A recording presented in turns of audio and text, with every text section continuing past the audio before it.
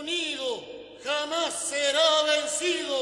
El pueblo unido jamás será vencido. C'est certainement la dernière opportunité que j'ai de vous parler. Les forces armées aériennes ont bombardé les antennes de radio.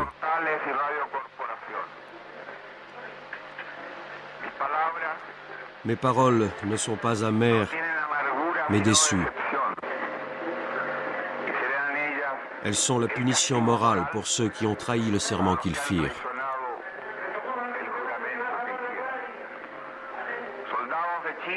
Soldats du Chili, commandant en chef, associé de l'amiral Merino et du général Mendoza, qui hier avait manifesté sa solidarité et sa loyauté au gouvernement, et aujourd'hui s'est nommé commandant général des armées.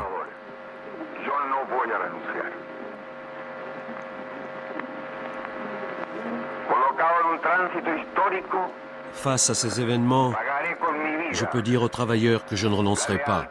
Dans cette étape historique, je paierai par ma vie ma loyauté au peuple.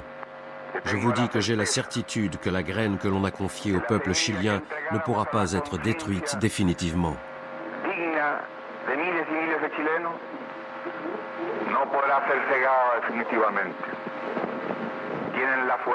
Ils ont la force, ils pourront nous asservir, mais n'éviteront pas les procès sociaux, ni avec le crime, ni avec la force. L'histoire est à nous. C'est le peuple qui l'a fait.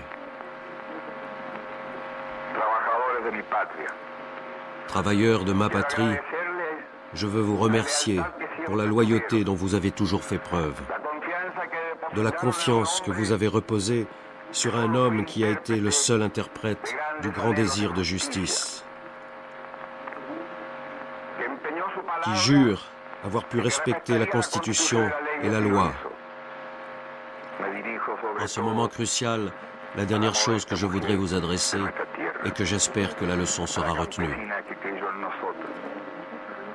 Le capital étranger et l'impérialisme ont créé le climat qui a cassé les traditions, celles que montrent Scheider et qu'aurait réaffirmé le commandant Araya.